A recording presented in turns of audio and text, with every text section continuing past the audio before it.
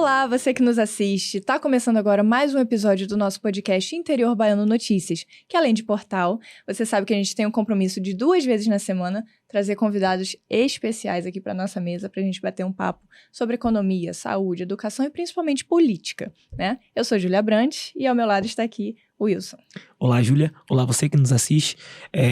Hoje eu não vou fazer a apresentação, mas eu vou falar que o convidado de hoje é da nossa área. É da nossa área, um convidado de tá peso aqui. Tô nervosa, confesso que eu tô nervosa, mas vai ser um bate-papo maravilhoso. Eu tô com ele, Humberto Pinheiro, seja muito bem-vindo. Júlia, prazer enorme estar aqui. Quem tá nervoso sou eu. Wilson, prazer enorme estar aqui. Estou falando com gente do ramo, né? Gente do meu universo. É evidente que a garotada, esse é o universo de hoje, de quem faz imprensa no interior da Bahia, mas com uma repercussão nacional e com uma repercussão internacional. Prazer estar aqui, a honra é toda minha. Que maravilha. Vamos conversar aqui à vontade. Vamos, por favor, fique bem à vontade. E vamos lá. Ele é Humberto Pinheiro.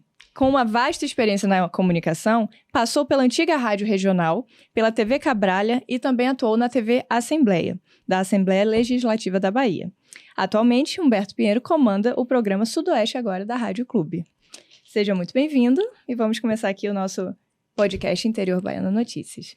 Bom, a primeira pergunta, conta pra gente como iniciou a sua trajetória na rádio, na área da comunicação, como que você entrou nesse ramo? Júlia, eu sempre tive uma tendência, uma queda enorme para falar, né?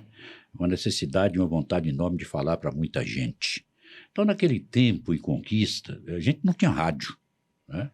A Rádio Clube, aliás, tínhamos a Rádio Clube de Conquista, mas tínhamos também serviços de alto-falante em quase todos os bairros de Conquista. E eu me lembro, eu morava ali no bairro Guarani e tinha um serviço de alto-falantes que atendia ali o Guarani. E o estúdio era ali nas imediações da Rua do Alecrim. Você não conhece muito bem, mas seu pai conhece bem essa história e esse tempo de Conquista. E eu perdia horas na porta do estúdio vendo os locutores falarem, né? E eu disse assim, olha, um dia eu vou empunhar um microfone desse, porque isso para mim é algo extremamente importante e é uma realização. Foi assim que, na verdade, eu fui quase que atraído pelo microfone, né? Começamos na Rádio Regional de Conquista. Eu e Erzen começamos praticamente no mesmo dia. Da Regional nós migramos para a Rádio Clube, também quase que na mesma época, e de lá para cá não parei mais. Andei viajando por esse mundo afora, Salvador, Brasília, São Paulo, enfim, militando sempre e tendo sempre o microfone como esse companheiro. Você ficou um período... você está agora na Rádio Clube, no comando do Sudoeste agora, um programa que já tem uma longa estrada na comunicação de Conquista. Você ficou um tempo afastado e depois voltou. Como está a dinâmica do programa hoje? Queria que você contasse um pouco para a pessoa que assiste Interior Baiano Notícias, que acompanha também, que escuta, né, o nosso podcast, como está a dinâmica do programa? Quem parar assim para escutar o Sudoeste agora, o que vai encontrar lá? Tudo. É evidente que nós procuramos falar sobre o cotidiano de Conquista, né? E como a Rádio Clube, ela é uma rádio que entra em 102, 105 municípios do entorno de Conquista, englobando aí, somando aí uma grande parte do norte de Minas Gerais, a gente busca falar de Conquista, o máximo sobre Conquista, porque a gente entende que o Sudoeste agora e a radiofonia em Conquista é um instrumento para divulgar e vender a cidade para a região e para o contexto do Estado. Hoje, com o advento da internet, você ganhou o mundo. O rádio ganhou o mundo, né? O rádio sofreu um primeiro baque com a entrada e a chegada da televisão, e na medida em que a televisão ia se espalhando, o rádio ia se encolhendo. Com o advento da internet, que a gente imaginava que definitivamente o rádio estava condenado à morte, né? Eis que a internet veio dar um ar e veio dar uma vida e abrir vetores de penetração do rádio de forma extraordinária. O rádio, além da instantaneidade, ganhou imagem.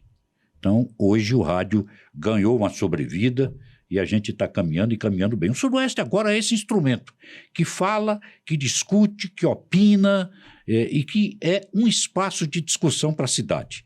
Hoje, com o advento da internet, repito, você interage via as redes sociais com o ouvinte ao vivo, praticamente ao vivo, e isso dá uma velocidade e abre mais a tribuna de discussão que o rádio proporciona.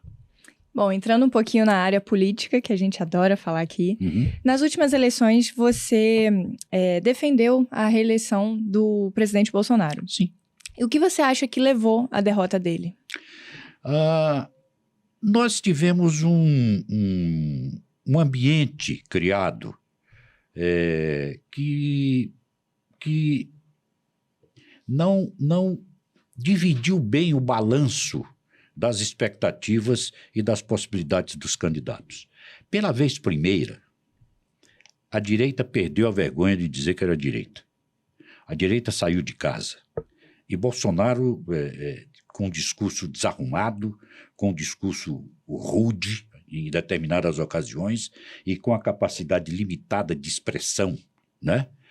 Ele acabou aglutinando todo esse sentimento da direita, que veio para as ruas e acabou dando um susto enorme, não só à esquerda, mas ao resto do mundo. O Brasil como que acordou do ponto de vista da capacidade da refrega política nas ruas, né? Esse foi o primeiro impacto. Bolsonaro feriu interesses, e feriu interesses extremamente arraigados. Eu sou um dos fundadores do PT. Eu vim dessa vertente, né?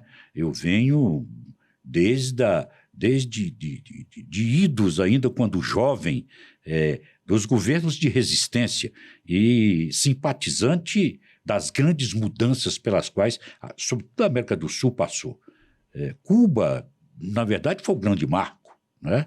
E eu era um jovem na época quando Fidel entrou em Havana, quando Fidel desfilou pelas principais ruas e avenidas de Havana, eu era um jovem aqui em Conquista que vibrava com aquilo tudo. Essas últimas eleições, elas definiram de forma absolutamente clara os campos de atuação, de um lado e do outro. Passamos definitivamente por um processo que abortou a nossa capacidade momentânea de fazer o enfrentamento desse tipo de questão política. Por quê? As cortes de justiça tomaram uma posição absolutamente franca de resistência a esse movimento que emergia no processo político do Brasil definitivamente, que era essa coisa da direita que saiu de casa. Acho que foi uma decisão ruim do ponto de vista político, mas extremamente importante do ponto de vista de amadurecimento da população. Hoje nós temos um país absolutamente dividido, mas um país em que pese a grande imprensa vender uma imagem contrária, é um país que respeita as decisões, ainda que hajam bolsões de contestação. Mas nós estamos vivendo num país com absoluta tranquilidade, onde as instituições funcionam, onde o povo está trabalhando, está nas ruas, está comendo, está se divertindo, está se vestindo, está enfrentando as vicissitudes e os problemas do dia a dia, e nós estamos tocando o país para frente, apesar de todas as dificuldades. Se você me perguntar assim, Humberto, como é que nós saímos desse processo político? Acho que saímos amadurecidos, sofridos, mas amadurecidos, e sofridos de ambos os lados, mas amadurecidos. Portanto, estamos dando uma lição adulta para o resto do mundo.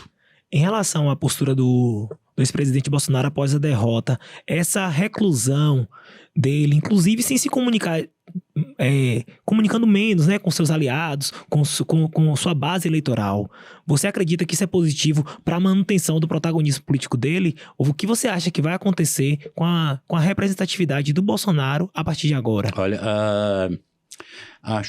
aí é uma visão minha.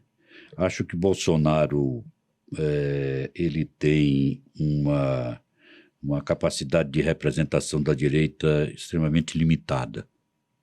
Ele não vai ficar nesse patamar, né, de aceitação como líder maior da direita por muito tempo. Ele vai dividir esse protagonismo. Se você me perguntar assim, essa é uma atitude proposital? Não. Acho que essa coisa de Bolsonaro ter ido para lá, para os Estados Unidos, e está adiando a sua volta ao país, em que pese muitos acharem que ele vai chegar aqui maior do que saiu, acho que ele vai chegar aqui mais acossado do que saiu. Muito mais acossado. Tem uma campanha em marcha batida no país. Que campanha é essa? É uma campanha de inviabilizar Bolsonaro. E isso aí é produto da nossa estreiteza política, da nossa prática política. Nós somos um país extremamente vesgo com relação a essa questão. A preocupação política aqui no Brasil sempre foi, e esse é o exemplo de Lula e agora o exemplo de Bolsonaro, é de matar as lideranças do outro lado, né? É de subjugá-las, é de calá-las. E há agora uma campanha em marcha batida para inviabilizar eleitoralmente Bolsonaro. Acho que a esquerda está dando um tiro no pé. Porque, naturalmente, na medida em que inviabiliza Bolsonaro, que já é um quadro conhecido, que já é um quadro que nós sabemos de forma absolutamente clara das suas limitações.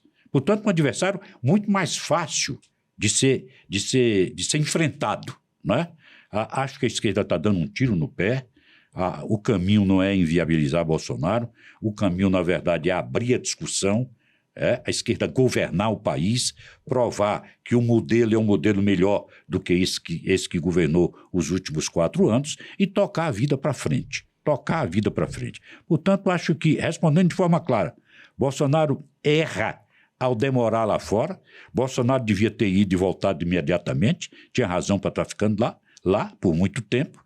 Portanto, é uma posição que, na minha visão, o desgasta. Você acha que está abrindo margem para outras lideranças do campo sim. da direita, como o próprio Zema, governador de Minas, que tem se manifestado bastante, o Tarcísio, assumir esse protagonismo? Ele corre esse risco de acabar meio que se deixando ofuscar por essas lideranças que estão emergindo no campo da direita?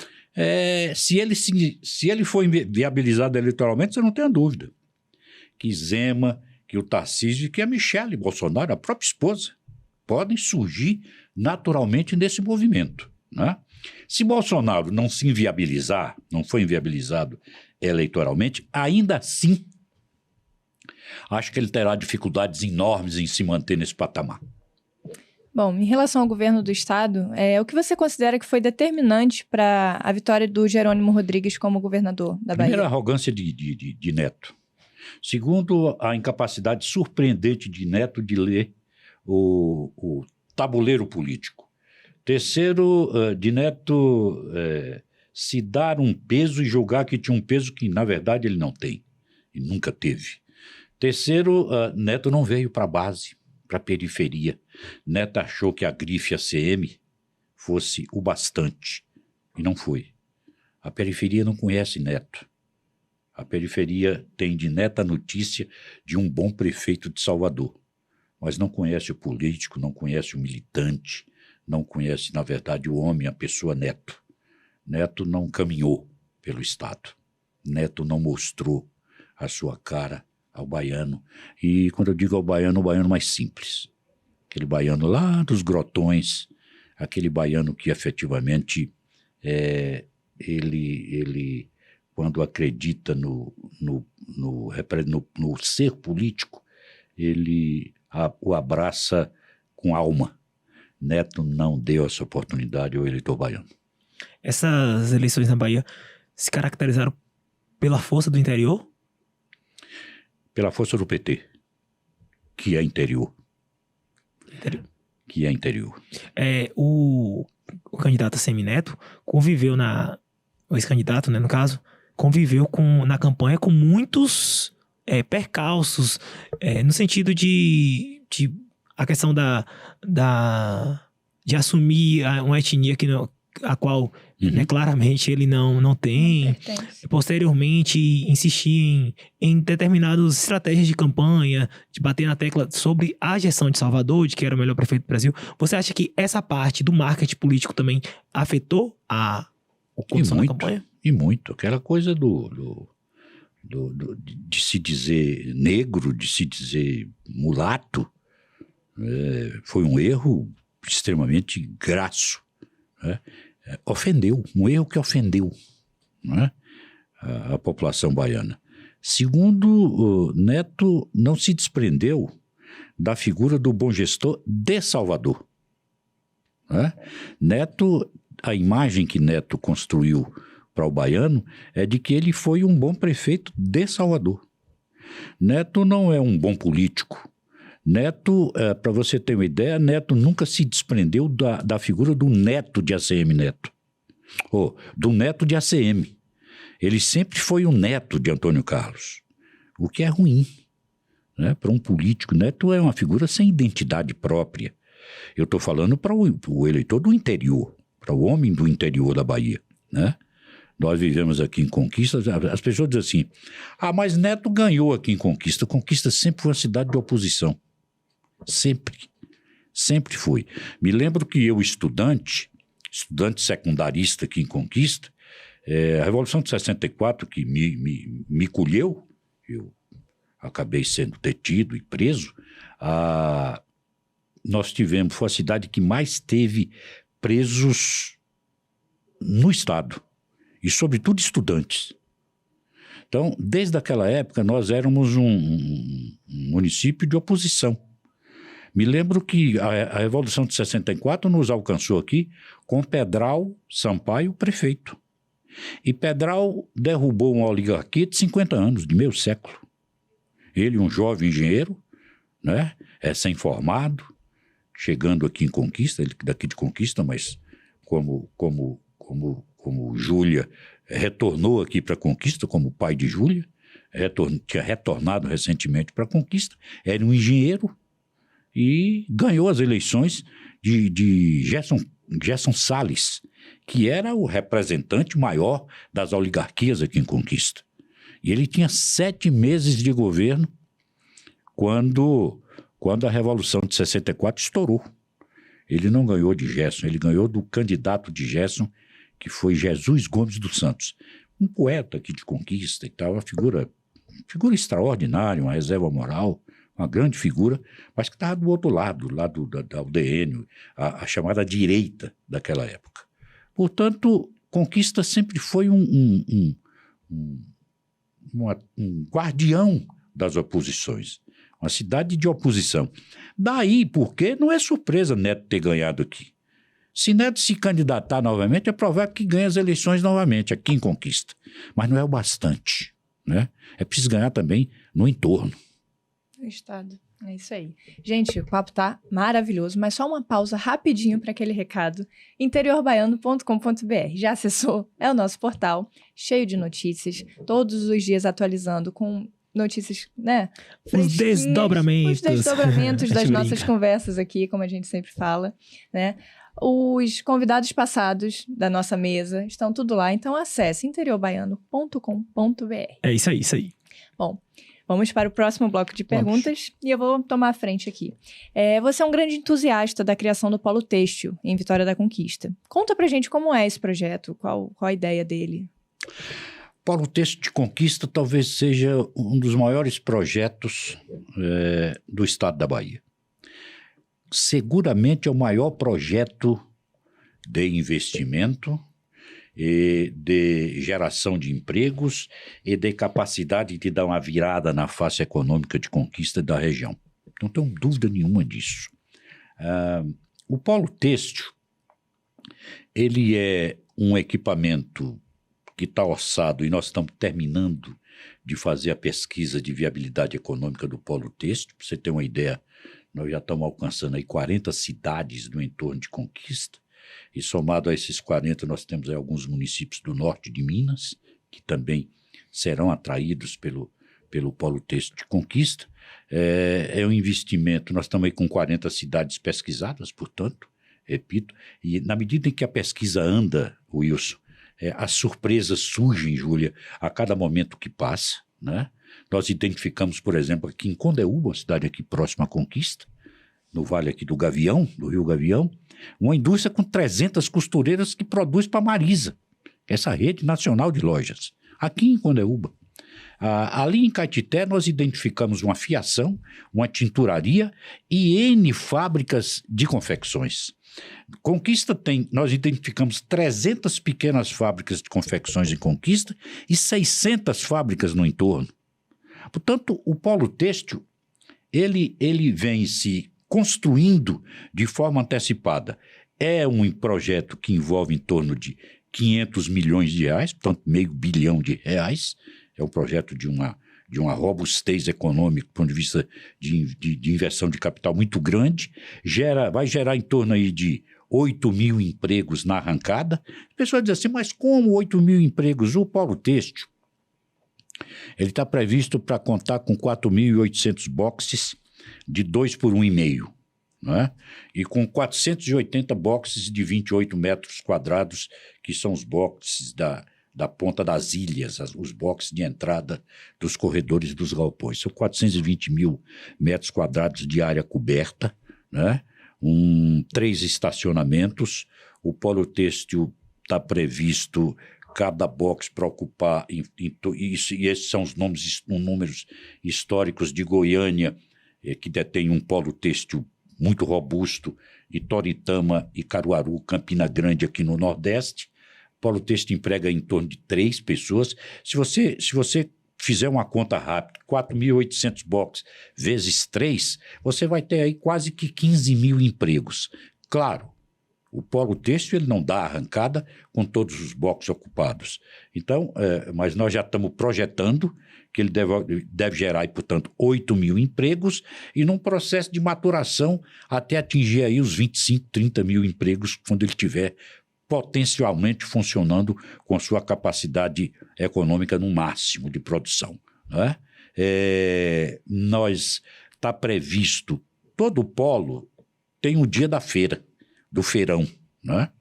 O feirão do Polo Têxtil de Conquista está projetado para receber entre 150 e 200 ônibus no dia da feira. Ele funciona a semana inteira, mas ele vai ter um dia específico do feirão, que é o dia que as sacoleiras, que o pessoal, os pequenos comerciantes ocorrem para os polos têxteis para fazer as suas compras semanais e quinzenais. Então, é em torno de 150 a 200 ônibus. Portanto, é um projeto de uma potencialidade econômica, de uma robustez que vai mexer com a face econômica não só de Conquista, mas da região. O polo têxtil vem aí, já é uma realidade, tem os investidores já totalmente identificados, é um investimento privado, não existe um tostão de investimento da administração pública municipal de Conquista. Ela, evidentemente, vai ser a grande beneficiária, né? Evidentemente, ela vai coordenar todo esse processo e o funcionamento, o dia a dia do polo têxtil vai estar sob sua supervisão, mas é investimento totalmente privado e já absolutamente identificado. Temos alguma previsão para quando começa? Nós temos aí, acho que a nossa pesquisa de viabilidade econômica, ela se encerra nos próximos 60 dias. A partir daí, é dada a partida definitiva para o início das obras. A área já está identificada, felizmente eu não posso ainda anunciar aqui, porque está dependendo da oficialização, da definição, né? Mas já está identificada, é um investidor daqui de Conquista, um empresário daqui de Conquista, da área da construção civil, né? Já disponibilizou a área. E uma novidade que eu vou dar aqui um furo. Olha. Vou dar um furo aqui para o interior baiano Notícias. Não é novidade, Wilson, não é novidade, Júlia, que Conquista é uma produtora de biscoito, de chimango, de aguador. Sim. Né? Famosa por isso. Nós temos aqui em torno de quase 200 fábricas só em Conquista. Só em Conquista. Mas independente do biscoito, Conquista também fabrica o queijo, fabrica o requeijão, fabrica a rapadura, fabrica o doce, enfim. E qual foi a ideia que nós tivemos? Concomitantemente a essa pesquisa de viabilidade econômica do polo têxtil, nós fomos também pesquisando os outros itens que fazem parte da cultura de Conquista e da região. E ele disse assim, olha, essa coisa do biscoito em Conquista é uma realidade. A gente precisa, na verdade, de ver como é que a gente reúne esse universo de produtores, né? E resultado, nós estamos abrindo também a pesquisa para a constituição do polo de biscoito de Conquista, que vem se agregar às proximidades do polo têxtil de Conquista. Porque a gente entende que o público que vem para se abastecer de confecções, de repente, dá um pulinho ali no polo de biscoito e acaba levando, quem sabe, o biscoito de Conquista, que vai ter uma marca específica, vai ter todo um encaminhamento profissional para ser consumido. Uma polêmica em torno desse tema é que em setembro do ano passado e em janeiro desse ano, a prefeitura empenhou 2 notas no valor de 905 mil destinado a uma consultoria relacionada ao polo têxtil. Uhum. Isso gerou uma repercussão nas redes sociais e você não acha que esse valor é um tanto elevado por ser apenas uma consultoria? Não. A consultoria que você está falando é da K Consultoria. A K Consultoria é uma empresa de consultoria específica que trabalha o ramo têxtil. Não é em Conquista, não, no mundo. É de um japonês de 82 anos, Kanji Kato. Kanji é um consultor da área têxtil do Brasil, trabalha e já prestou consultoria e presta consultoria às grandes indústrias têxteis desse país, e um empreendimento desse, com essa viabilidade, ela só pode nascer e só pode ser concretizada na medida em que tem um estudo de uma empresa realizada. Investidor nenhum vem participar de nenhum investimento, de nenhum projeto, se ele não vier acompanhado de uma empresa credenciada, de peso, e que tenha, na verdade, notório saber da área e do ramo. Daí porque a contratação da Kanji Kato. Não foi cara, não. Para você ter uma ideia, eles têm hoje, nesse instante, empregados nessa pesquisa em torno de 60 pessoas. Técnicos, economistas, sociólogos, assistentes sociais, enfim, gente voltada para atender todas as vertentes e o espírito do projeto como um todo. Não é caro não, não foi caro não, com certeza absoluta. E olha, o que Conquista a região vai receber de volta de lucro, isso aí, olha, vai sair muito barato. Isso aí. Bom, em relação à gestão da atual prefeita Sheila Lemos, como é que você avalia os pontos da administração dela? Como você tem visto isso? Sofrendo críticas, como todas as administrações desse país. Nós estamos saindo de uma pandemia. Não é fácil. E nós estamos pagando o preço do fica em casa, depois a gente arruma a economia. Esse é o preço que o mundo está pagando. E nós, muito mais. Porque nós sofremos uma orientação do enfrentamento à pandemia, que hoje a realidade está mostrando que foi incorreta.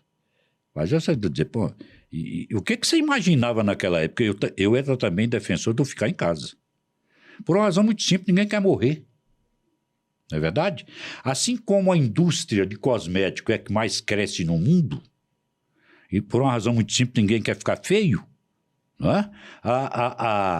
Essa questão da preservação da vida, ela acaba embotando a sua capacidade de raciocínio.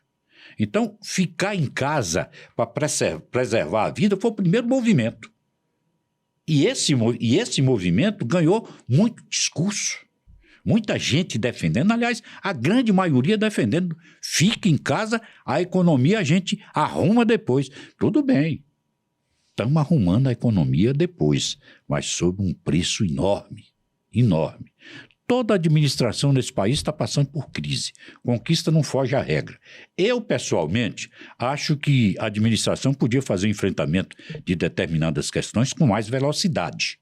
Né? Mas qual é o discurso que a administração está fazendo nesse momento? Que não tem dinheiro, que o recurso é pequeno, o recurso é curto, o recurso é parco. Ora, se o recurso é curto, se o recurso é parco, vamos criar, na verdade, não alternativa, vamos criar prioridades. Qual é a prioridade que eu vejo para a administração de Conquista nesse instante? Tapar buraco e cuidar da estrada vicinal. E fazer a capina da cidade. Esse é o que pode ser feito. Para isso tem que ter dinheiro. Porque se não tiver dinheiro para isso, fecha a cidade para balanço. Não é? Tenho não tenho dito à prefeita Sheila Lemos. Eu sou uma pessoa mais ou menos próximo e que tem a oportunidade de vez em quando estar falando com ela. Assim, ó, a senhora tem prioridades a ser feita. Eu, na minha visão, se fosse prefeito, eu partia para tapar o buraco. Tapar o buraco e cuidar da estrada vicinal. O resto, a gente vê depois. Era isso que eu ia adentrar agora, mas você já pontuou bem que quais são as ações que você acredita que faltam para engrenar essa gestão de Sheila, para ela deslanchar mais, né? Então, como você disse, priorizar essas questões de estrutura. Sheila tem um grande projeto na mão. Sheila tem um projeto de conotação localizada, com ramificações regionais, e tem um outro projeto que quebra as limitações do caminho e do universo industrial de conquista. Qual é? A barragem do Rio Pardo, que não é uma obra do município, de responsabilidade direta dela, do ponto de vista do recurso. É do governo federal. Mas isso não impede que ela, a administração, se movimente no sentido de viabilizá-la. Porque a barragem do Rio Pardo retira a conquista desse anonimato industrial. Porque, não sei se vocês já ouviram dizer, mas com certeza já ouviram dizer, conquista não tem indústria porque não tem água. E é verdade. Né? Por menos água que a indústria necessita, sempre precisa de água. Nós temos água para beber, mas não temos água para movimentar as máquinas. A barragem do Rio Pardo vai proporcionar isso à conquista. Então, retira a conquista do anonimato da malha industrial. Ponto. Nós temos um grande aeroporto e estamos à margem de uma grande rodovia. Temos uma situação geográfica extremamente privilegiada e para a indústria chegar, para atrair a indústria é um pulo. Mas precisamos de água. Esse é o primeiro dado. O segundo dado, Sheila tem que embarcar definitivamente, e eu tenho dito isso a ela, e vou continuar dizendo, Sheila tem que se apoderar, assumir definitivamente o projeto do Polo Têxtil de Conquista, que é o grande gerador de emprego. Imagine uma administração que está sendo criticada, uma administração que não está bem, uma administração que está com percentuais baixos, entregar à comunidade um empreendimento que vai gerar na sua arrancada entre 8 e 9 mil empregos. É uma virada. O senhor já de convir que é uma virada incontestável. E esse tipo de ação acaba puxando e estimulando e oxigenando o governo. A prefeita Sheila Lemos, ela possui um perfil um tanto quanto diferente do ex-prefeito Ezen Gusmão. Perfeito.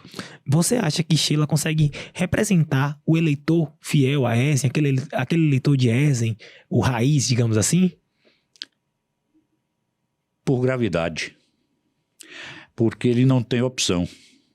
Correto? Aqui em Conquista, e nós estamos caminhando para isso, eu pessoalmente não acredito, não creio que a gente possa viabilizar uma terceira candidatura ou até mesmo uma quarta candidatura com possibilidades eleitorais. Acho que nós estamos caminhando e marchando para esse confronto novamente. PT e a oposição ao PT, né? Que é a situação atual, né? Portanto, e quem é que encabeça essa coisa? É Sheila. Porque o governo caiu no colo de Sheila por um acidente de percurso. Ezen nunca imaginou que viesse morrer. Ninguém imaginava que a Covid fosse levar Ezen, né? Então, levou Ezen.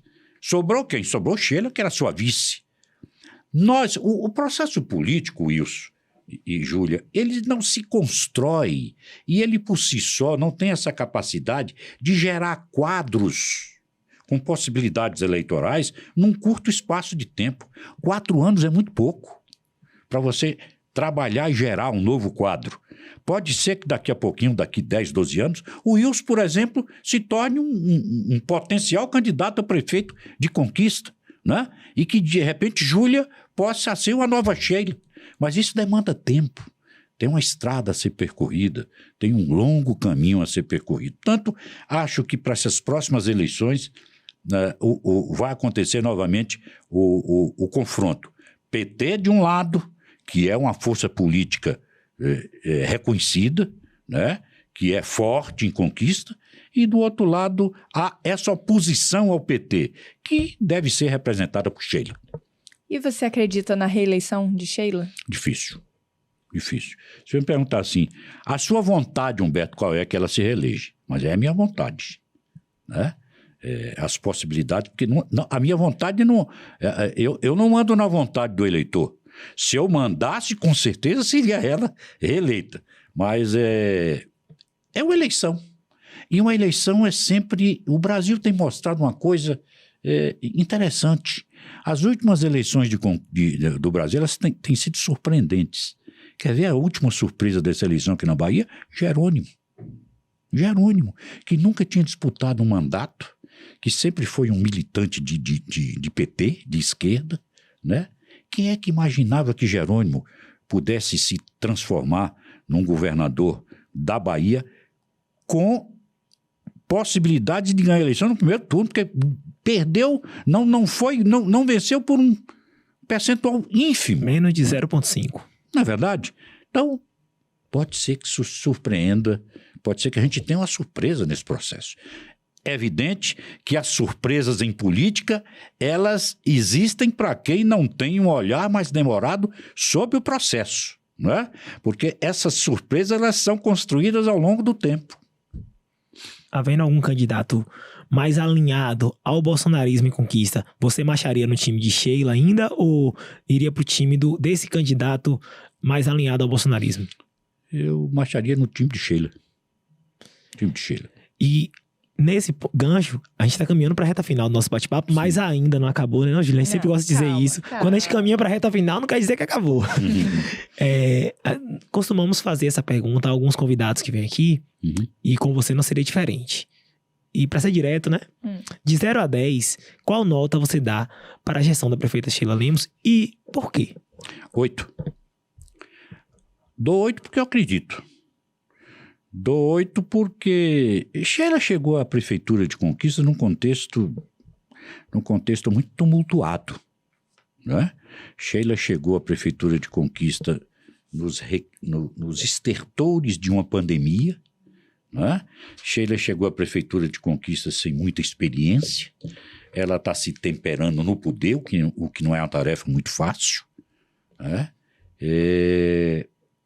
Sheila, eu dou 8 a Sheila porque acredito na nossa capacidade de reversão de uma situação que o contexto mundial, nacional, estadual acabou construindo. Se você parar assim, Wilson, e dizer assim, qual é o prefeito que está bem na Bahia? Difícil você nominar. Diz, olha, esse cara está bem, muito difícil. Claro, tem uma cidade ou outra, cidade de porte menor, né, que você ainda dá para sacar, porque também as dificuldades de administração são extremamente menores. Mas em cidades do porte de Conquista, ou até mesmo abaixo de Conquista para cima, se você olhar, está difícil. As administrações estão passando por momentos difíceis, movidas e premidas por um contexto mundial, que acaba afetando e comprimindo nossa situação aqui embaixo. Mas acredito que o 8 é uma nota...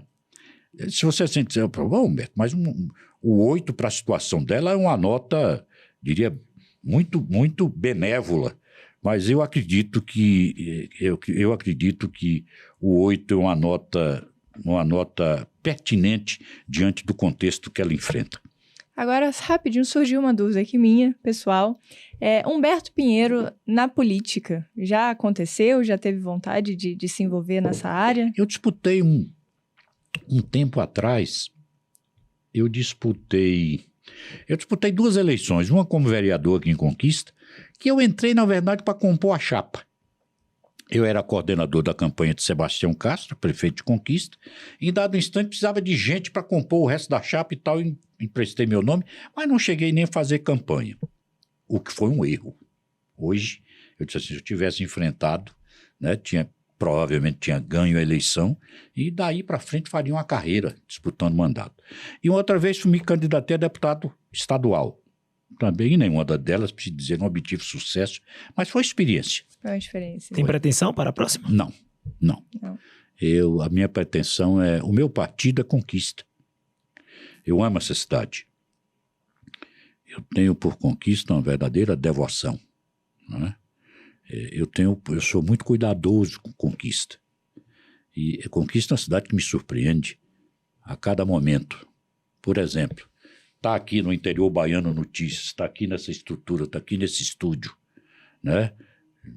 Conhecer Matheus de forma mais próxima, ver o que vocês estão fazendo, o que pretendem fazer, o caminho que vocês querem percorrer a Conquista, para mim é algo extremamente gratificante. Encontrar aqui com Júlia, filha de um colega meu de escola, quer dizer, um negócio extremamente gratificante. Não só encontrar com Júlia, mas ver essa figura que Júlia é, né? Obrigada. Então, resultado, essa cidade é o meu xodó e a minha razão de ser. Que maravilha. Bom, gente, antes da gente entrar naquele quadro que você já conhece, que a gente adora, só mais um recadinho, interiorbaiano.com.br, para você ficar por dentro dos bastidores da notícia, da política, das matérias que a gente já falou aqui, dos convidados que já passaram nessa mesa. Acessa lá interiorbaiano.com.br. É isso aí. E vamos lá. É o seguinte, nós temos um quadro aqui bem interessante que a gente encerra o programa com ele, onde trazemos nomes do seu meio, né? E que a gente pede uma definição nesses nomes. Perfeito. Uma palavra, se der, ou uma breve frase para definir essas pessoas. É isso aí. Então, vamos lá, vou deixar você começar. Eu começo? Por favor. E a responsabilidade, né? Primeiro nome, Ezen Guzmão. O maior prefeito que essa cidade já teve. Guilherme Menezes. Uma figura extraordinária, uma reserva moral. Sheila Lemos. Uma jovem batalhadora e uma mulher de enfrentamento. Deusdete Dias. Um amigo e um colega de imprensa. Jerônimo Rodrigues. Uma surpresa. Alexandre de Moraes. Alexandre de Moraes.